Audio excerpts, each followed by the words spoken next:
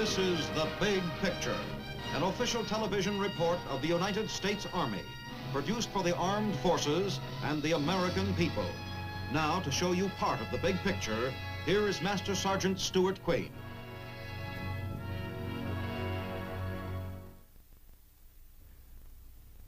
At 10:48 p.m.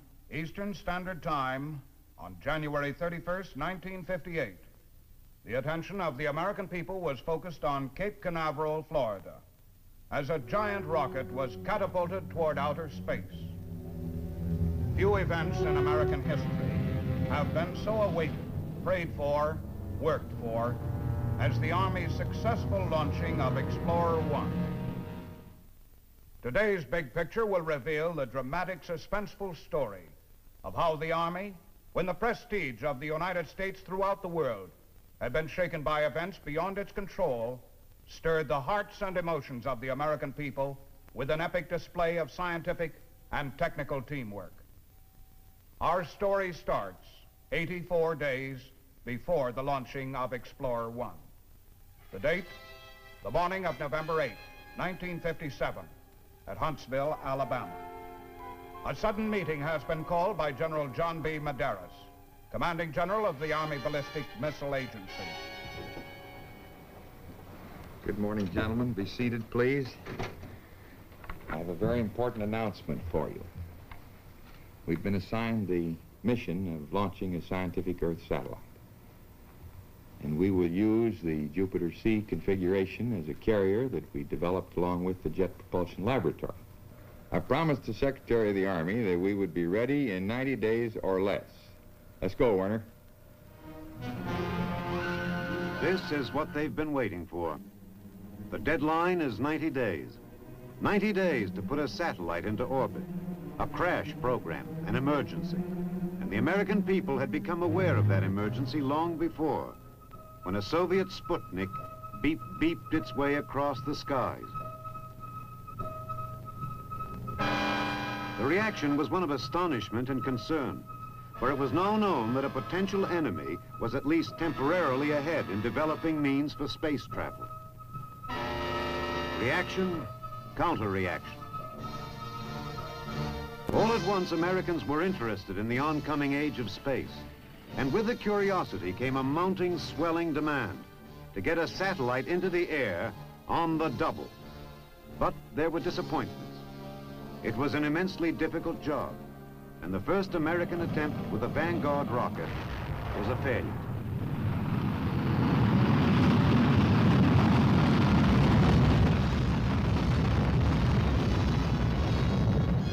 And that was the background for the assignment to the Army Ballistic Missile Agency on November 8, 1957. Put a satellite into orbit within 90 days. There was no sense of panic, as the capability for doing the job had been ABMA's since 1954. ABMA was a crack team headed by old pros of the missile field. Dr. Wernher von Braun, director of the Development Operations Division, supervised over 3,000 scientists, engineers, and technicians with more years of practical experience than any similar group elsewhere. Long before a countdown starts at a launching pad, precise miniature replicas of the individual sections are made and subjected to numerous tests. And even the model work comes after a countless number of hours at the drafting tables. Each new experiment, each test means more knowledge, which may mean a change of design. There are often no precedents. It is creative work by creative men and women, absorbed in the fascinating problems of space flight. And it would be difficult to find a science which does not have something to contribute. Even as the research and design work, along with the incessant testing, goes on, the missiles take shape in the vast construction shops. In the development phase, no two missiles are alike. Each one contains changes and improvements on what has come before. All efforts are made to perfect the missiles quickly, but every day presents an obstacle course of unique problems. Even the welding, for example, involves special techniques needed to satisfy the very specific requirements of a missile. Now, added to the already numerous complications, the ABMA development team had the job of modifying an existing missile system for the purpose of achieving orbital capacity.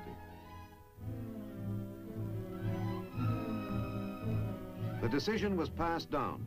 Modify the Redstone ballistic missile, the Army's most powerful weapons carrier over a 200-mile range.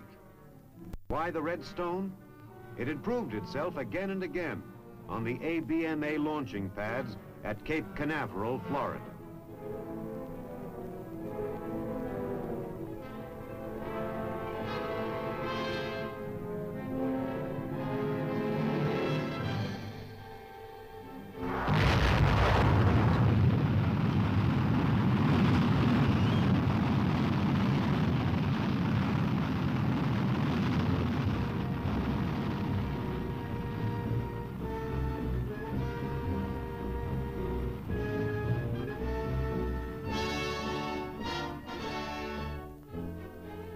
At Huntsville, Alabama, the steady success of the Redstone firings confirmed the feeling they were going to be the ones to put up a satellite.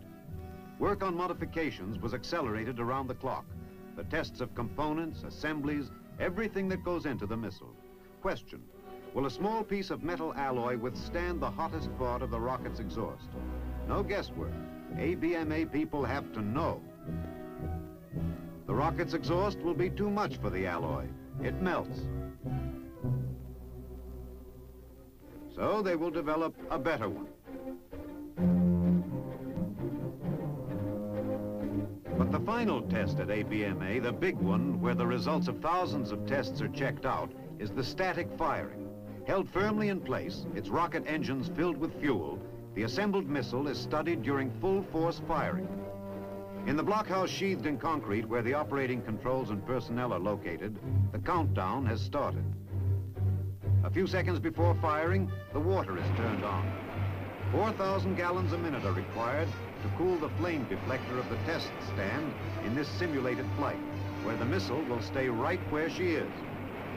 The countdown moves along to the fateful moment.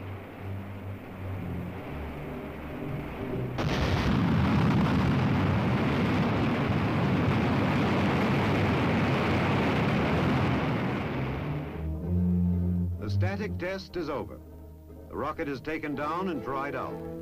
A closer examination of the rocket by observer teams will determine how various parts withstood the static test firing.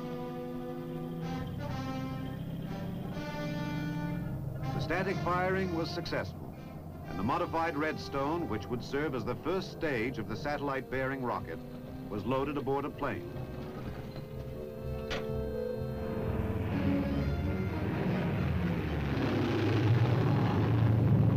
Next stop, Cape Canaveral, Florida.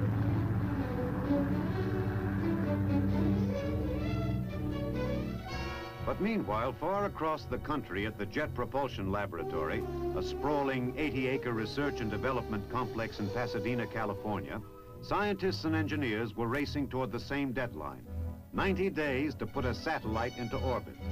Their job: furnish the high-speed upper stages to take over after the first stage powered the satellite to the prescribed distance from the Earth. JPL also assembled the satellite and provided instrumentation to transmit the scientific data. When completed, the cylinder contained 2 transmitters, their battery power supplies, and instrumentation for transmitting data on cosmic rays, meteorite erosion, and temperature measurements.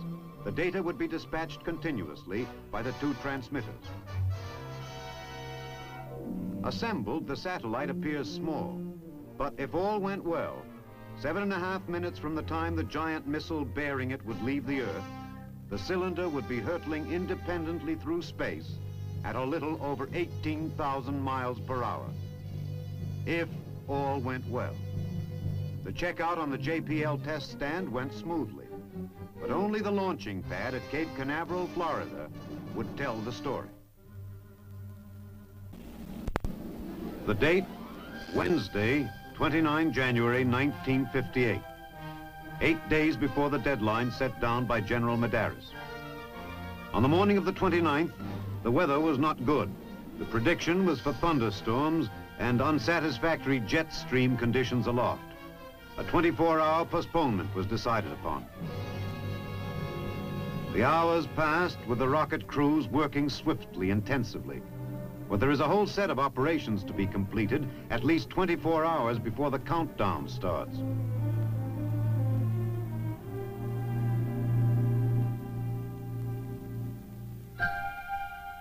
It was not until Friday, January 31st, that the weather cleared sufficiently for General Medeiros to order launch at 10:30 p.m.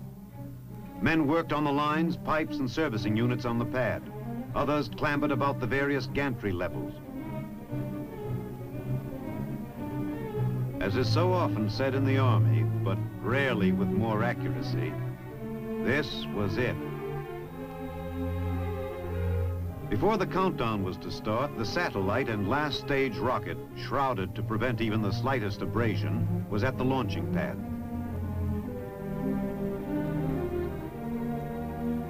Dwarfed by the giant missile and the protective scaffold of the gantry, the payload, weighing 30.8 pounds, 80 inches in length, is raised toward the top, where it will be carefully fitted into place, like a glittering jewel in a luminous setting. At X-2 hours, hydine, an exotic liquid oxygen oxidizer for the fuel, begins to flow into the tanks. Frosty white vapor hisses from the vents.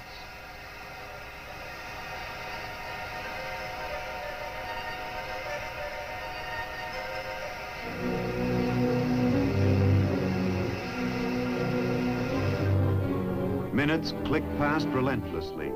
The beams of powerful searchlights light up the missile. Truly the star of one of the greatest suspense dramas of our time. The drama approaches the final act, the Army's first attempt to fire a man-made moon into orbit. Time, late evening, Friday, January 31st, 1958, in a blockhouse at Canaveral. The countdown to Explorer 1. Okay, we'll start now. Finish fuel loading. Take a weight reading. Okay, check the utility room fuel vapors and notify the blockhouse when we're clear to start generators.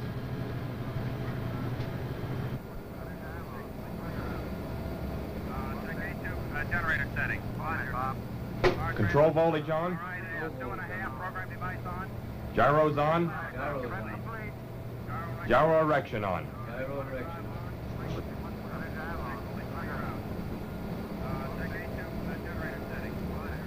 Check that launch loading has been completed. Roger.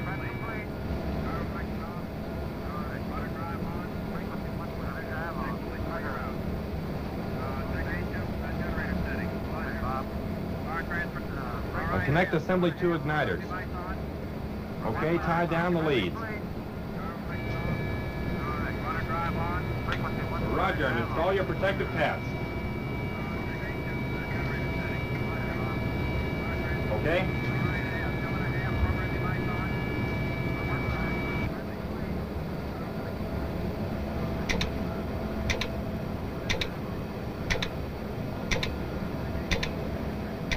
Weight reading after last scaffold is removed. AFMTC telemeter calibration tape on. Start vibration and RPM recorders.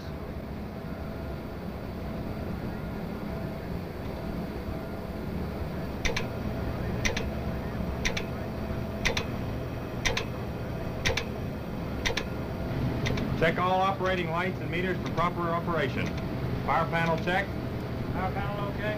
Control panel check. Control panel okay. Roger. Measuring panel check. Measuring panel okay. Roger. Cluster control panel check. Cluster control panel okay, Bob. Roger. Gyro erection off. Gyro erection off. Rudder drive on. Rudder drive on. Power transfer test on. Observe and record all voltages. Power transfer test on. Power transfer off. Power transfer off. Cluster clear for launch? Clear to launch. Bob? Yeah. 021, deflection of jet main number 2. We've either got a relay kicking out or there's something dropping down on the jet main instantaneously here. Hold. Telemeter indicates that jet vane 2 is deflected. What do you want to do? Forget it. Okay, resume count. Okay, shall we go ahead, Jim? It looks like it. Roger. 50 seconds. 45 seconds, rudder drive on, destruct arm. Rudder drive on. Prep complete. All right, give me range safe, pad safety. Pad safety, range safe. I don't have it yet. Range safe. Range safe. Minus. JPL telemetry recording on. Telemeter recording on. JPL recording on? Yes. 20 seconds. Frequency 111, Terry. Roger, Joe. 15 seconds. 10, 9, 8, 7, 6, 5, 4, 3, 2, 1. Firing command. Firing command. Fuel tank pressurized.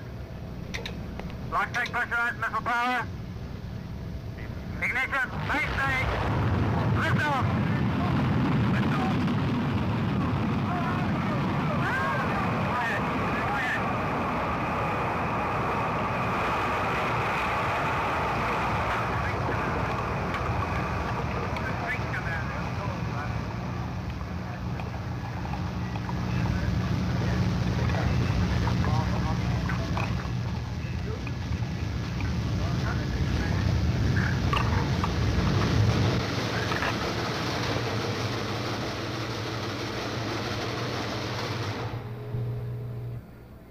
The missile is in flight, but the success of its mission is still in doubt. It will take another hour and a half to know whether the satellite is in orbit, the most tense and harrowing wait of all. Minitrack stations, operated throughout the world by the Army, Air Force, and Navy, followed the movements of the Army Earth satellite. At each of the stations, a Minitrack radio system received signals from a transmitter in the satellite.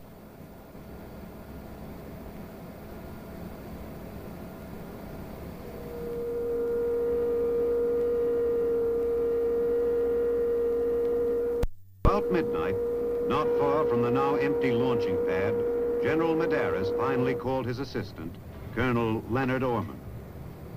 Hello, Len. You can send this off to the secretary. That our satellite is definitely on orbit. Now get that off and then I'll give you the figures in a few minutes.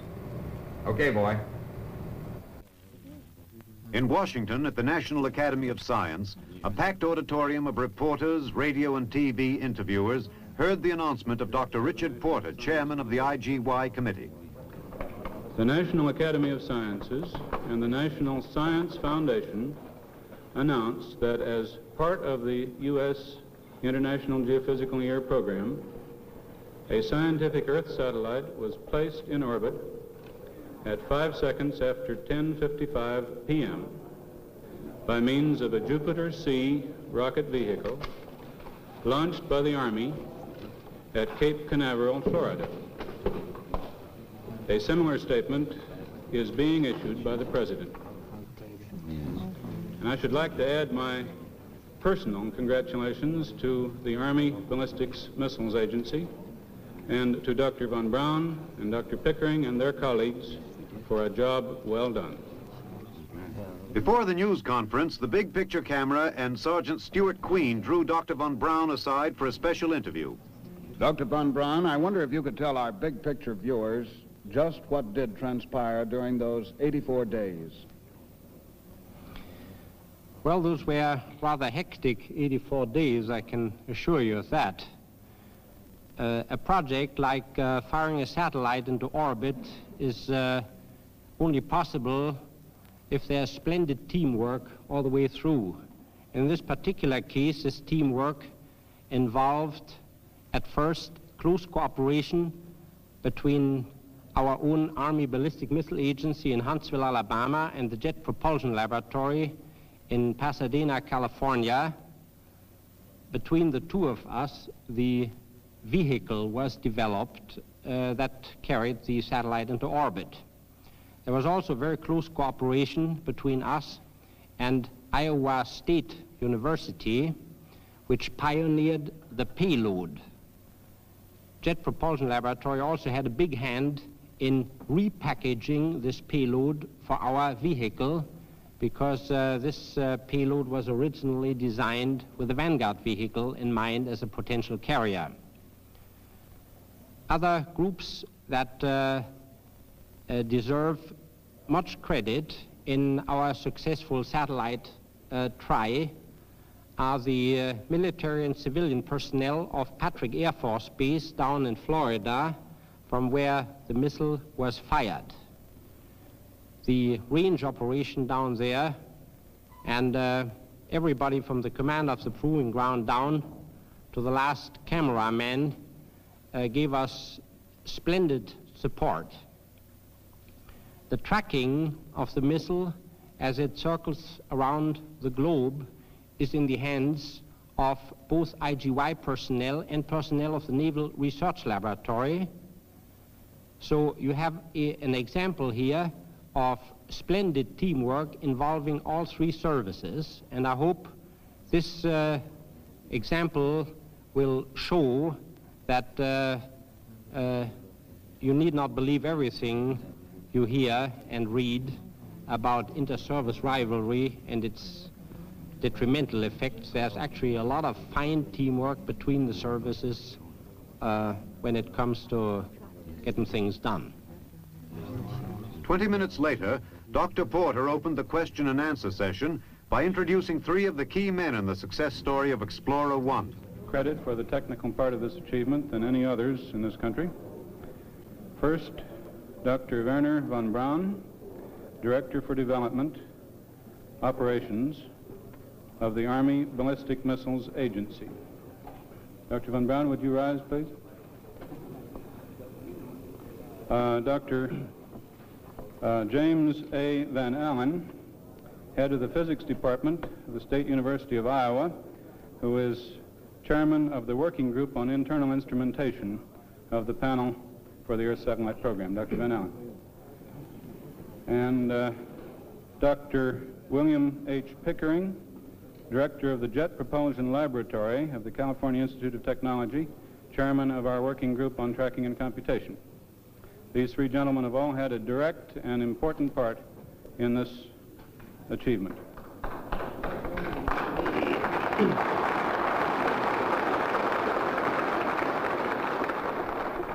Now, if you would like to address your questions, I will try to repeat the question, and we'll ask the one of these gentlemen best qualified to answer it for you. How many stages in the device? Dr. von Braun, how many stages in the device? We have a total of 4 stages. The first stage is an elongated redstone missile. You kindly show it, Bill. An elongated redstone missile with extra long tanks and a special fuel combination, which burns for approximately 140 seconds, 145 seconds. After cutoff, immediately after cutoff, we separate the front portion of this missile, the so-called instrument compartment, from the tank section. This instrument compartment is equipped with a spatial attitude control system, as we call it, that aligns this portion, including this spinning launcher in the nose, into an exactly horizontal position. Once this nose section with the spinning cluster configuration in the nose goes through the apex of the trajectory, the top stages are fired. And there are 3 solid rocket stages in the top. So it's a 4-stage vehicle. How does this altitude compare with the Sputniks? This is somewhat greater than the altitude of either Sputnik 1 or Sputnik 2. The question is, has any form of life been placed in the satellite? I think I could answer that one almost myself. Not intentionally. Maybe we have a Florida cockroach inside, we don't know. Everybody welcomed the touches of humor, for it was, after all, an hour of jubilation. Just one more, came the inevitable plea from the photographers. And exhausted as they were, the trio obliged, with what was to be the page one spread in newspapers all over the world. In plain language, the United States was in the space business along with the Russians, and Explorer 1 was the beginning. Just under 2 months after Explorer 1 was put into orbit, and close on the heels of a successful firing of the Navy's Vanguard, a launching pad at Canaveral awaited another Army satellite, Explorer 3. The Army's first success had not washed away the rocket men's humility, for there are a countless number of things that can go wrong in the operation. And indeed, Explorer 2, fired successfully, had failed to go into orbit because of one tiny component in the last stage. Maybe that was why along the Florida beaches, many fingers were crossed as eyes stared toward Explorer 3. Shortly before launch, the upper stages are set rotating. If the spin were not provided, the payload would be hopelessly deflected.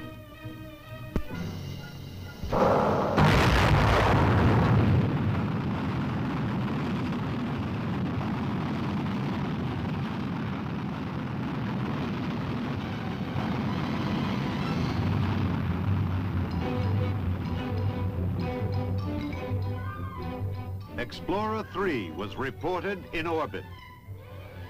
Again, news flashed instantaneously throughout the world, in every language, to every country.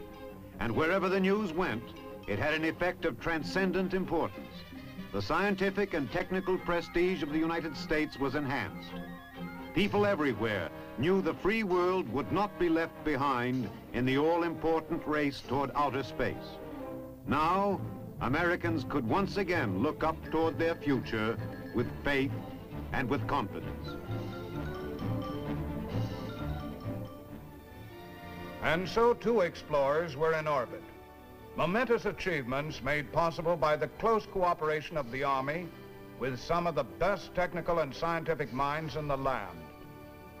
As these satellites raced through the uncharted upper atmospheres, there would come a steady stream of information to enrich our knowledge of the worlds about us, the infinity that lies far, far beyond the wild blue yonder. Now this is Sergeant Stuart Queen, your host for The Big Picture. The Big Picture is an official television report for the armed forces and the American people. Produced by the Army Pictorial Center. Presented by the United States Army in cooperation with this station.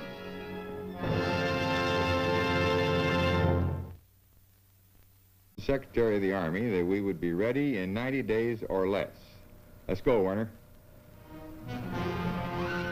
This is what they've been waiting for. The deadline is 90 days. 90 days to put a satellite into orbit. A crash program, an emergency. And the American people had become aware of that emergency long before, when a Soviet Sputnik beeped its way across the skies. The reaction was one of astonishment and concern, for it was now known that a potential enemy was at least temporarily ahead in developing means for space travel. Reaction, counter-reaction. All at once, Americans were interested in the oncoming age of space, and with the curiosity came a mounting, swelling demand to get a satellite into the air on the double. But there were disappointments. It was an immensely difficult job, and the first American attempt with a Vanguard rocket was a failure.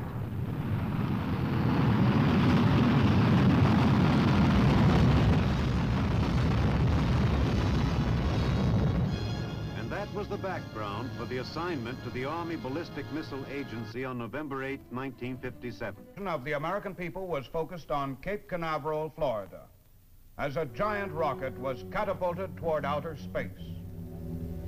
Few events in American history have been so awaited, prayed for, worked for, as the Army's successful launching of Explorer 1.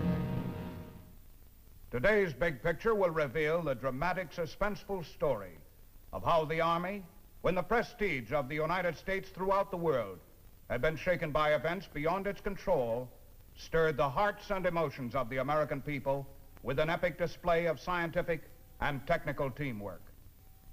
Our story starts 84 days before the launching of Explorer 1. The date, the morning of November 8, 1957, at Huntsville, Alabama. A sudden meeting has been called by General John B. Medeiros, Commanding General of the Army Ballistic Missile Agency. Good morning, gentlemen. Be seated, please. I have a very important announcement for you. We've been assigned the mission of launching a scientific Earth satellite. And we will use the Jupiter-C configuration as a carrier that we developed along with the Jet Propulsion Laboratory. I promise to...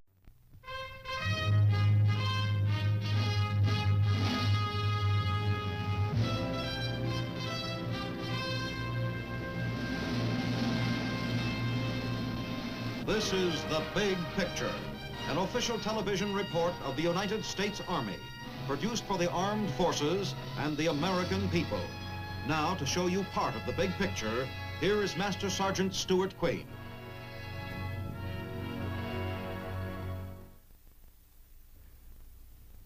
At 10:48 p.m. Eastern Standard Time on January 31st, 1958, the attention